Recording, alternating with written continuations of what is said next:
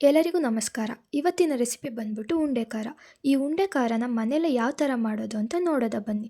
ಮೊದಲು ನಮಗೆ ಇದಕ್ಕೆ ಒಂದು ಬೌಲಿಗೆ ಕಡಲೆ ಹಿಟ್ಟನ್ನ ಆ್ಯಡ್ ಮಾಡ್ಕೊತಿದ್ದೀವಿ. ಕಡಲೆ ಹಿಟ್ಟಿನ ಜೊತೆ ರುಚಿಗೆ ತಕ್ಕಷ್ಟು ಉಪ್ಪು, ಆಮೇಲೆ ನಿಮಗೆ ಖಾರಕ್ಕೆ ಅನುಗುಣವಾಗಿ ಖಾರದ ಪುಡಿನ ಬಳಸ್ಕೋಬೇಕು.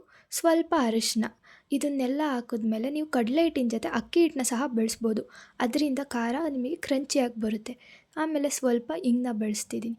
ಇದನ್ನೆಲ್ಲ ಹಾಕ್ಬಿಟ್ಟು ಯಾವುದೇ ರೀತಿ ನೀರನ್ನ ಆ್ಯಡ್ ಮಾಡ್ದಲೆ ಚೆನ್ನಾಗಿ ಮಿಕ್ಸ್ ಮಾಡಬೇಕು, ಡ್ರೈ ಮಿಕ್ಸ್ ಮಾಡಬೇಕು. ನಂತರ ಡ್ರೈ ಮಿಕ್ಸ್ ಮಾಡಿದ್ಮೇಲೆ ಸ್ವಲ್ಪ ಸ್ವಲ್ಪನೇ ನೀರು ಹಾಕ್ಬಿಟ್ಟು ಅದು ಹಿಟ್ಟು ಯಾವುದೇ ರೀತಿ ಗಂಟು ಬೀಳದೇ ಇರೋ ಥರ ನೋಡ್ತಾ ಒಳ್ಳೆ ಕನ್ಸಿಸ್ಟೆನ್ಸಿ ಬರೋ ಹಾಗೆ ಮಿಕ್ಸ್ ಮಾಡಬೇಕು. ನಾವು ಮೊದಲೇ ಒಂದು ಬಾಣಲಿಗೆ ಎಣ್ಣೆ ಕಾಯೋಕ್ಕೆ ಇಟ್ಟಿರಬೇಕು.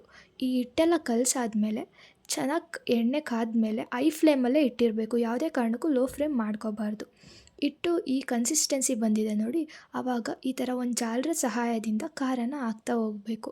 ಯಾಕೆ ನಾವು ಲೋ ಫ್ಲೇಮಲ್ಲಿ ಇಡಬಾರ್ದು ಅಂದರೆ, ಲೋ ಫ್ಲೇಮಲ್ಲಿ ಇಟ್ಟರೆ ಏನಾಗುತ್ತೆ ಅಂದರೆ ಖಾರ ಎಲ್ಲ ಒಂದೇ ಕಡೆ ಸೇರ್ಕೊಬಿಡುತ್ತೆ. ಅದರಿಂದ ನಮಗೆ ಬಿಡಿ ಬಿಡಿಯಾಗಿ ಖಾರ ಬರೋದಿಲ್ಲ.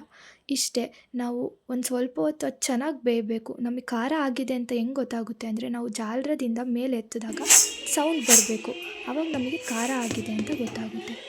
ಇದೇ ರೀತಿ ಸುಲಭವಾಗಿ ಮನೆಯಲ್ಲಿ ಖಾರನ ಮಾಡ್ಕೋಬೋದು. ನೀವಿನ್ನೂ ನಮ್ಮ ಚಾನಲ್ನ ಸಬ್ಸ್ಕ್ರೈಬ್ ಆಗಿಲ್ಲ ಅಂದರೆ ಸಬ್ಸ್ಕ್ರೈಬ್ ಮಾಡ್ಕೊಳ್ಳಿ, ಲೈಕ್ ಮಾಡಿ, ಶೇರ್ ಮಾಡಿ. Thanks for watching.